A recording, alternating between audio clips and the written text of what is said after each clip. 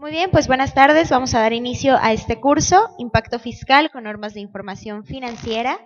Está para impartirlo el doctor Jaime Alberto Flores Sandoval, quien es doctor en Ciencias de lo Fiscal por el Instituto de Especialización para Ejecutivos, maestro en Impuestos por el Instituto de Especialización para Ejecutivos, licenciado en Derecho por la Universidad ISEC y contador público por la misma institución. Es director general de CADEM Consultores, Consultoría y Capacitación. Además, consultora en la iniciativa privada y en el sector público por más de 25 años. Y bueno, cuenta con una carrera de 20 años como conferencista, catedrático y expositor en temas contables, fiscales, financieros y legales. Así es que bueno, muchas gracias por acompañarnos y doctor, bienvenido.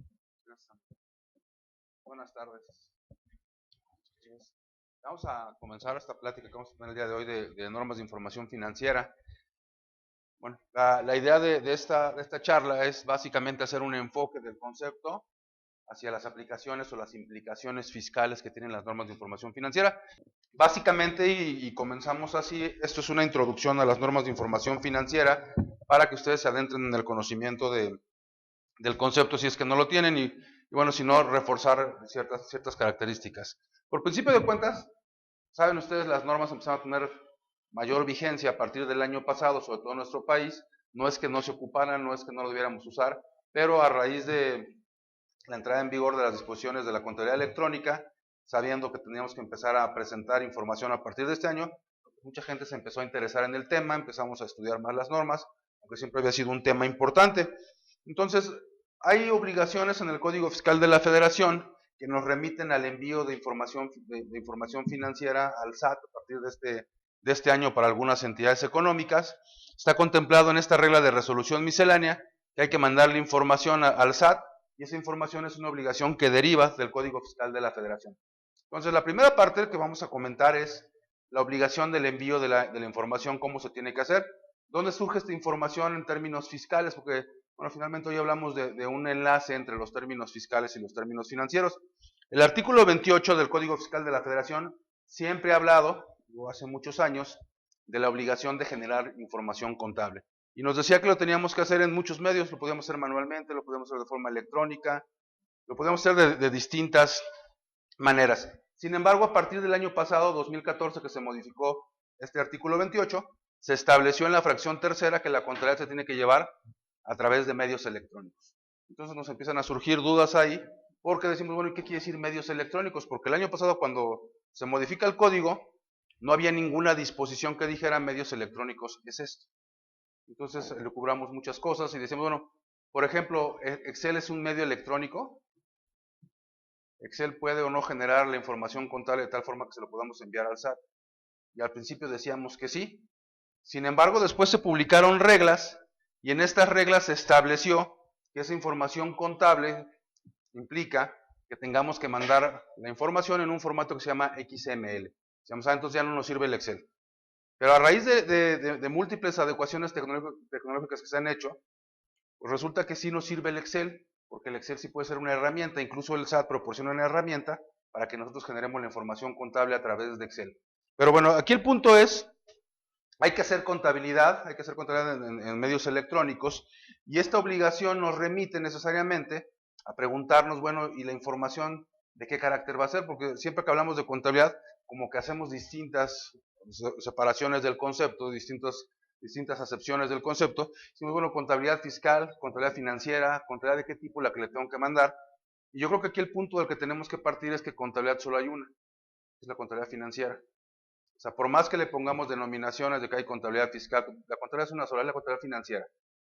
Que esta nos sirva para cumplir obligaciones de carácter fiscal, bueno, eso es una cuestión que viene por añadidura.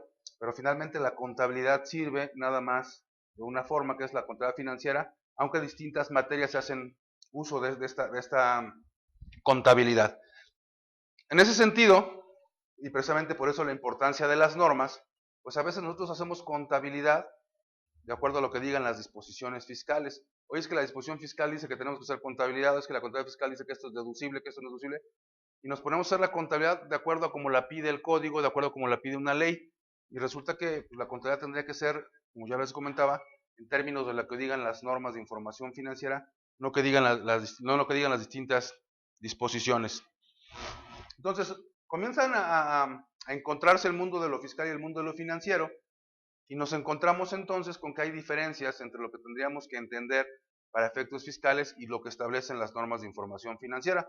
Partiendo de este artículo del reglamento, el artículo 33 del reglamento hace más específicas las obligaciones de la contabilidad. Se divide en dos apartados ese artículo 33 del reglamento, el apartado A y el apartado B. El apartado B se ocupa de decirnos, además de lo que diga el código, qué elementos integran a la contabilidad. Y el apartado B de este artículo 33 del código, del reglamento del código, nos dice los parámetros que tenemos que seguir para generar esa información de carácter financiero.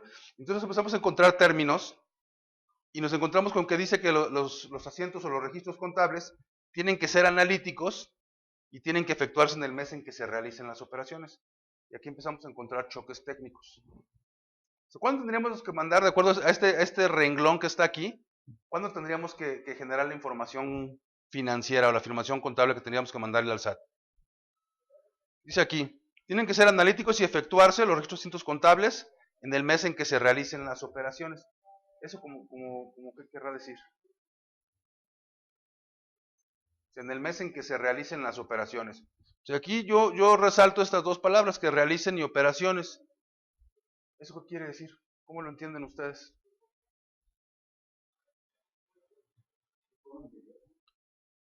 Pero ¿qué tan inmediata tendría que ser la aplicación? Se tienen que ser analíticos y efectuarse en el mes en que se realicen las operaciones. ¿Cuál es el mes en que yo realizo una operación? ¿Cuál? O sea, por ejemplo, yo en enero le entrego mercancía a una persona, porque yo me dedico a vender mercancía. Y luego en febrero le facturo esa mercancía. Y luego en marzo le cobro esa mercancía. De acuerdo a este enunciado, ¿cuándo tendría que ser el registro contable? Enero le entrego la mercancía, febrero le facturo y marzo le cobro. ¿Cuándo tendría que registrar la operación? Los 3 tiempos. En enero le entrego la mercancía, hay que registro. Luego en febrero le expido el comprobante, hay que registro. Y luego en marzo le cobro, hay que registro. En los 3 meses tengo que hacer registro. O sea, aquí la pregunta es, ¿cuándo se dice que se realizan las operaciones? ¿Qué quiere decir que se realiza? O sea, que es precisamente el punto, ¿no? Y luego dice, a más tardar dentro de los 5 días siguientes a la realización de la operación, acto o actividad. Otra vez repite la palabra realización y operación. ¿Qué quiere decir realización y qué quiere decir operación? Es precisamente el punto del cual yo quiero partir, sin meternos al análisis de esta disposición que luego adelante además se modifica. Hay una regla que modifica esta disposición, no tiene que ser necesariamente en esta fecha, pero lo que resalto es que estas reglas me dicen que yo tengo que hacer contabilidad de acuerdo a lo que establezcan las normas de información financiera. Tengo que hacer contabilidad de acuerdo a lo que establezcan las normas de información financiera. Y entonces tendríamos que partir incluso, porque decíamos, este es como un curso introductorio de normas de información financiera, pero tendríamos que partir incluso de qué significa contabilidad. Porque a veces a los del SAT se les olvida incluso ese concepto. ¿Qué quiere decir contabilidad? Entonces, ustedes recordarán sus primeras clases de contabilidad. Y nos decían, oye, la contabilidad es, y nos daban una definición de contabilidad. ¿Y cuál sería la primera palabra que identificaría la contabilidad? ¿Qué es la contabilidad en sí? ¿Se acuerdan? Pues, ¿se acuerdan que le dábamos una concepción a la contabilidad? Que incluso nos hacían un poco de historia en nuestras primeras clases de contabilidad. Decían, bueno, pues la contabilidad que es una ciencia, es un arte. ¿Y en qué recaíamos que es la contabilidad? ¿Es ciencia, es arte o es técnica, como dice José Luis? ¿Qué será? ¿Cómo la consiguen ustedes? Técnica. Pero primero decían es un arte, ¿por qué? Porque incluso era manuscrita y con la letra, con ciertos rasgos y ciertas características que decían es un arte hacer contabilidad. Luego decían que es una ciencia porque quien inventa la contabilidad la presenta en un libro que habla de geometría, que habla de aritmética, que habla incluso de astrología y habla de la teoría de la partida doble, Luca Pacioli. Y dice entonces es una ciencia porque viene acompañado de todos estos otros conceptos que son científicos. Y le dijeron, no, ¿sabes qué? Lo que pasa es que nada más es una es un conjunto de métodos y procedimientos y entonces no tiene el alcance de una ciencia, no aplica el método científico y por lo tanto el alcance mayor que le podemos dar a este concepto es de una técnica, un conjunto de métodos y procedimientos. Y así definen ahora las normas de información financiera de la contabilidad, igual que lo hacían los principios. La contabilidad es una técnica.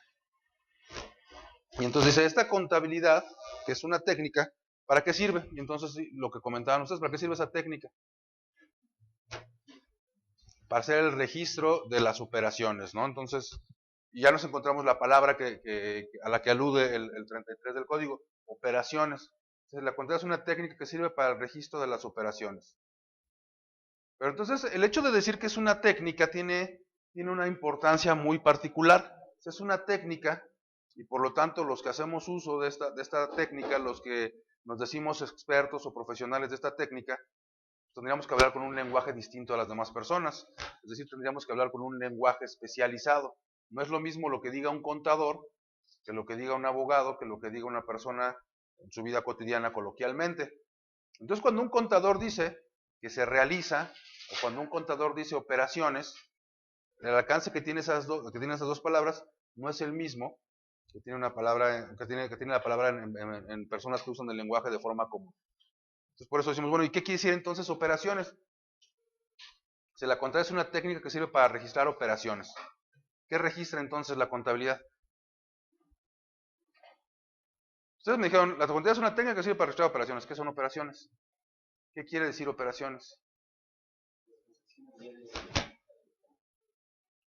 Las transacciones. ¿Por qué son transacciones?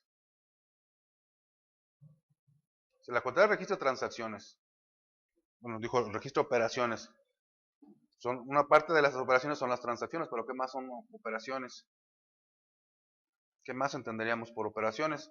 Entonces, el mismo concepto de contabilidad dice que las operaciones que afectan económicamente a una entidad incluyen transacciones, transformaciones internas y otros eventos. Dice, esas tres cosas son las operaciones. Transacciones, transformaciones internas y otros eventos. Ya quedamos igual, ¿no? Ya les queda claro. Más o menos. No me están haciendo caso ya entonces.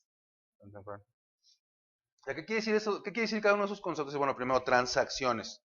Entonces aquí para adentrarnos en las normas tendríamos que entender en primera instancia quién es el sujeto de aplicación de las normas de información financiera. ¿A quién se le aplican las normas de información financiera? ¿Quién está obligado a aplicar las normas de información financiera? El ente económico. Dicen los postulados básicos que son los que ahora sustituyen a los principios de contabilidad generalmente olvidados, ¿no? Antes se llamaba entidad, ahora se llama entidad económica. El sujeto de aplicación de las normas de información financiera es una entidad económica. Entonces, ¿qué entendemos por transacción? O sea, cuando hay una interacción entre dos o más entidades económicas, se dice que hay una transacción. Hay como una interacción. Si, por ejemplo, una le vende a otra, una vende, la otra compra, hay una transacción. Te presto dinero, hay una transacción, dos entidades económicas que intervienen. Te pago el dinero que me prestaste.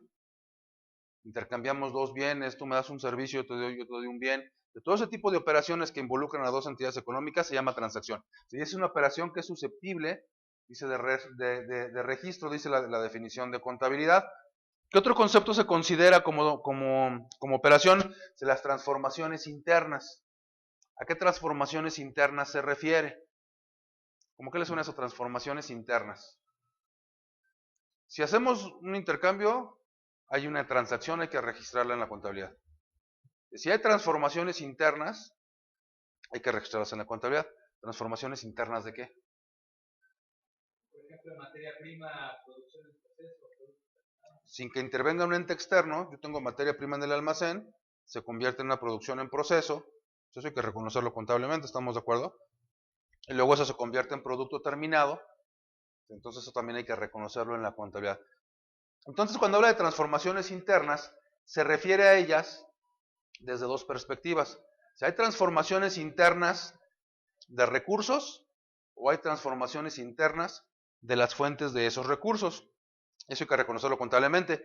Y entonces la siguiente pregunta sería, bueno, ¿y qué es eso de recursos en una empresa? ¿Cuáles son los recursos de la empresa? ¿Cuáles son los recursos de la empresa? Pero ¿qué es lo que dispone? ¿Cómo le llamamos los contables? Porque decimos es técnica.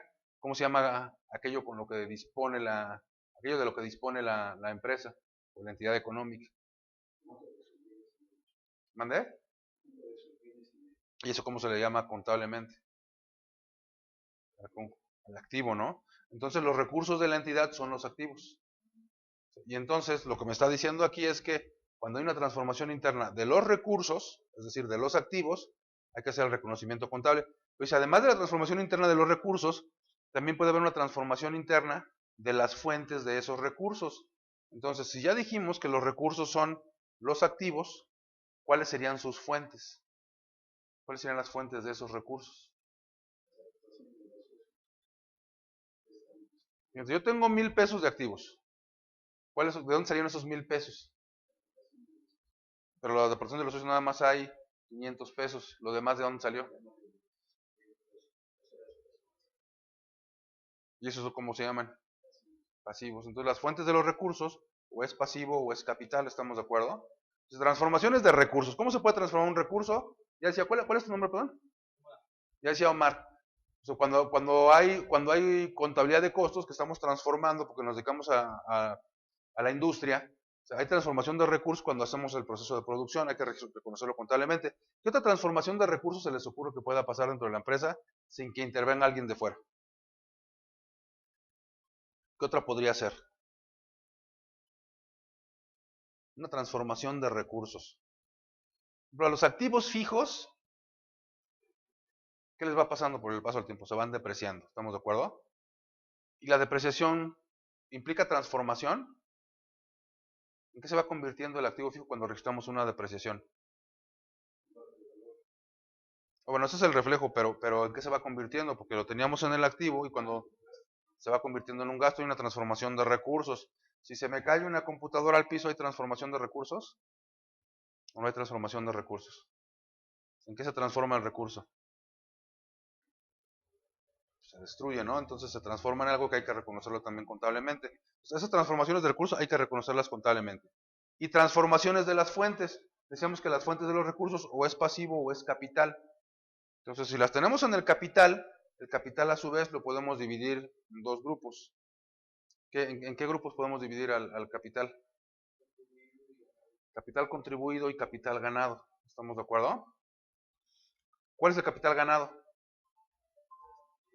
Las utilidades. Entonces, resulta que termina el ejercicio, dice la ley de la renta en el artículo 9, y en los 3 meses siguientes tenemos que hacer una declaración anual, presentamos la declaración anual, y luego dice la Ley General de Sociedades Mercantiles, y en los 4 meses siguientes tenemos que hacer una asamblea de accionistas, en donde en su caso se aprueben los estados financieros de la entidad. ¿Estamos de acuerdo? Entonces, hacemos esa asamblea, celebramos la asamblea en los 4 meses posteriores al cierre del ejercicio, y llevamos los estados financieros. Entonces, en los estados financieros hay utilidad. Como estamos todos los socios, ¿qué podríamos decidir hacer con esa utilidad? ¿Mandé? Podríamos distribuirla entre los socios a través de qué figura. Bueno, esa es la figura fiscal, pero mercantilmente, ¿cuál sería la figura para hacerla? Hacemos una distribución de dividendos, ¿no? Y si no los queremos distribuir, podemos capitalizar. Entonces decidimos en este acto que de las utilidades que tenemos en los estados financieros, una parte se va a reinvertir. ¿Tenemos que hacer algún movimiento contable? ¿Dónde están las utilidades? ¿En qué cuenta? ¿Cómo le llaman las cuentas? Los estados financieros. Y cuando decidimos capitalizar, calcular resultados con abono al capital social podría ser, ¿no? Y la parte que vamos a distribuir, dice, bueno, estamos en abril, lo vamos a distribuir hasta agosto. Mientras, ¿dónde van a quedar esos dividendos? Van a quedar en el pasivo. Entonces, hay una transformación de las fuentes de los recursos. El capital ganado que se convierte en capital contribuido o el capital ganado que se convierte en pasivo. ¿Estamos de acuerdo? Y eso hay que hacer el registro contable. ¿Estamos de acuerdo? Entonces, eso es lo que implican las operaciones. Pero además, operaciones son no nada más las transacciones y las transformaciones internas, sino que también otros eventos. Dice otros eventos que sean otros eventos normalmente económicos, que sean identificables, que sean cuantificables, pero que preponderantemente afecten a la entidad. Entonces, esto también reconoce a la entidad. Otros eventos económicos. Y cuando hacemos otros eventos económicos, pues nos tenemos que referir a conceptos que son ajenos o que están fuera del alcance del control de la empresa. Entonces, ¿como qué eventos económicos se les ocurre que sean susceptibles de reconocimiento contable fuera de la empresa? Los pasivos laborales, pero finalmente es un tipo de transacción, lo que tú estás interactuando con otro ente económico que es el trabajador. Pero evento económico como tal, las devaluaciones, ¿no? Cuando decimos devaluación, es que ya por los 80 ya andábamos en esto, ¿no? Porque antes decíamos devaluación y después ahora ¿cómo le llamamos a ese concepto? Antes decíamos, ¿sabes que se devaluó la moneda? Pero ya no decíamos, ahora ya vamos a tener que volver a decir, ya se devaluó la moneda. Pero antes, ¿cómo decíamos entonces? ¿Siempre era para abajo la moneda? ¿Siempre era para abajo el peso? ¿Siempre perdía valor? ¿O cómo se llama la figura que... a la baja o a la alta, ¿no? Es una fluctuación cambiaria. Antes sí, en los 80 decíamos una devaluación. Porque como ahora estaba en 12 y se fue a 17, ¿no? Y siempre era para abajo, para abajo, para abajo. Pero hubo un tiempo, muchos años, en que fluctuaba la moneda porque a veces podía ser para arriba, podía ser la fluctuación cambiaria. La fluctuación cambiaria se registra en la contabilidad. ¿Todas las empresas registran fluctuación cambiaria? ¿Mandé? Todos los que manejan alguna cuenta en moneda extranjera, clientes, bancos, proveedores, si manejas una cuenta en moneda extranjera, necesariamente tienes que reconocer la fluctuación cambiaria, ¿estamos de acuerdo? Entonces dice la contabilidad registra otros eventos económicos, pero siempre y cuando se reúnan ciertas características. Las características son que la fluctuación sea identificable, que sea cuantificable también, pero que además y preponderantemente que afecte a la entidad. Si reúne esas tres características, entonces la fluctuación cambiaria es susceptible de reconocimiento contable. ¿Okay? ¿Cómo dice la definición? ¿Dice registro o dice reconocimiento contable? ¿Para qué sirve la contabilidad? ¿Es una técnica que sirve para registro o para reconocimiento contable? ¿Perdón? Pero ¿cómo? La definición es una técnica que se utiliza para el registro de las operaciones. Yo pensé que nada más en el DF. Ya estamos igual. Pues aquí dice, es una técnica que sirve para el registro de las operaciones. Pero entonces yo les digo reconocimiento contable. ¿Hay alguna diferencia entre decir registro y decir reconocimiento contable? ¿O les suena igual? ¿Registrar como qué les suena? Cuando dice vamos a registrar operaciones. ¿Qué hacen cuando hablamos de registro? Ustedes físicamente sentados en su computadora, ya sé que ustedes están a otro nivel, ya ahorita ya tienen sus 20 auxiliares, 30 auxiliares y eso lo hacen. Pero cuando decimos registro, ¿qué implica el registro?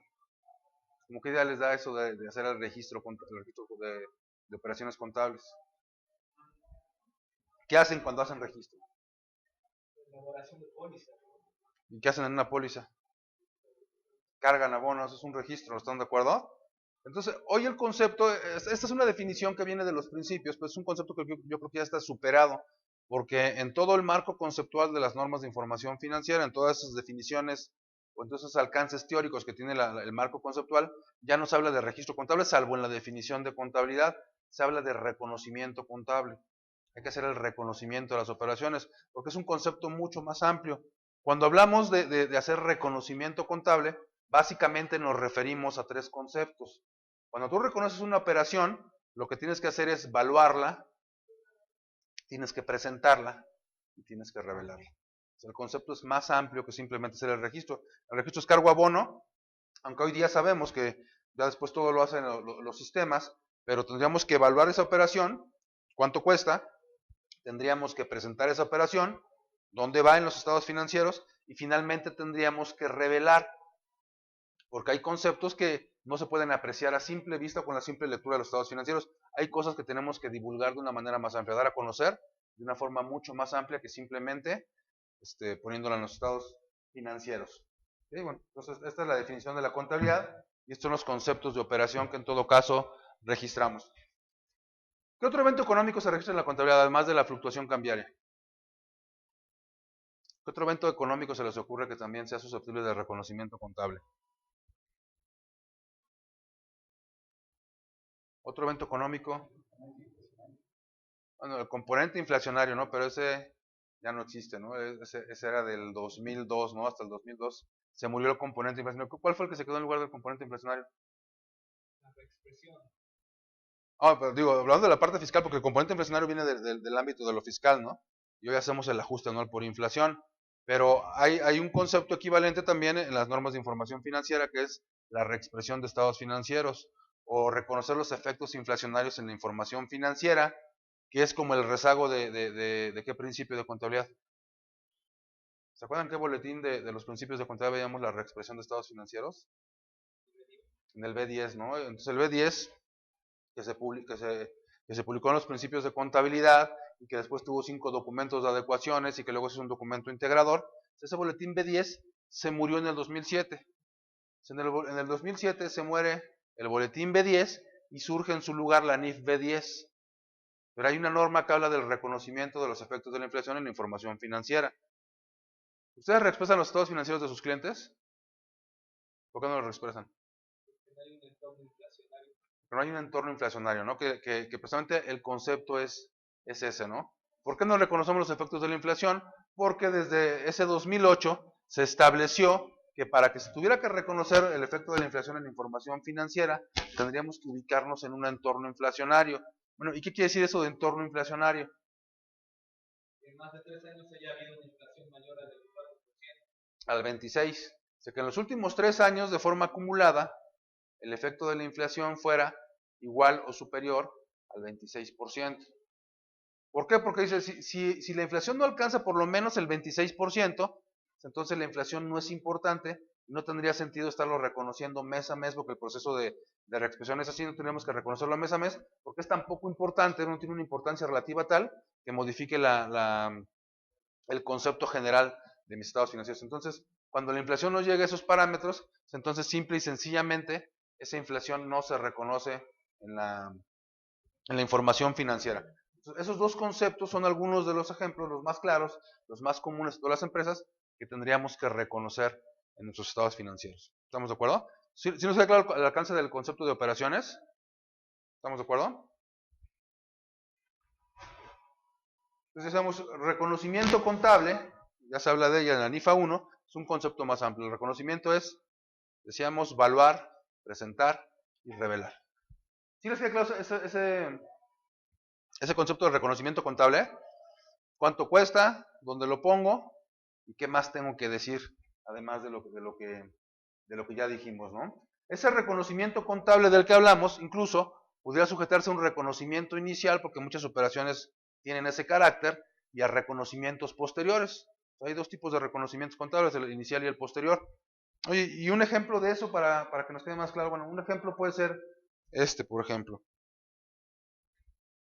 Se resulta que yo me dedico a la importación y comercialización de ciertos productos de cualquier otra parte del mundo. Y bueno, pues tiene mucho tiempo que lo estoy haciendo. Entonces yo mando una orden de compra al extranjero y le digo, ¿sabes qué, proveedor? Esto que me manda esta mercancía. Y como ya tenemos cierto trato comercial de mucho tiempo, tenemos contratos firmados, cartas de crédito, etcétera, etcétera. Entonces, bueno, pues te voy a mandar tu mercancía y me manda mi mercancía, yo no le pago absolutamente nada. ¿Okay? Es una operación en una divisa, no es moneda nacional, yo tengo una deuda con ese proveedor, entonces mándame la mercancía y me manda el embarque de que ya la mercancía salió con rumbo a nuestro país. ¿Qué tendríamos que reconocer contablemente? ¿Qué tendríamos que registrar en la contabilidad? La mercancía en tránsito. Un asunto contable cargaríamos a qué y abonaríamos a qué. La mercancía en tránsito con abono a proveedores. Y para ponerle apellido a la cuenta de proveedores para que se oiga así más extranjeros, ¿no? Le decimos cargo a mercancías en tránsito con abono a proveedores extranjeros. Entonces la primera parte del concepto, evaluación. ¿Cuánto cuesta esa operación? Porque yo no he pagado nada. ¿Cuánto cuesta esa operación? ¿O no cuesta nada? ¿O no les interesa? ¿Cuánto costaría esa operación? Pues estaría evaluada en la moneda extranjera, ¿no? Que nos cotizó el proveedor. ¿Pero a qué tipo de cambio? Porque Típicamente, es que aparte él no me cotiza tipo de cambio, porque él me dice, cuesta $10,000 y cuesta $10,000. Y me dice, ahí está tu factura por $10,000, tú me debes $10,000.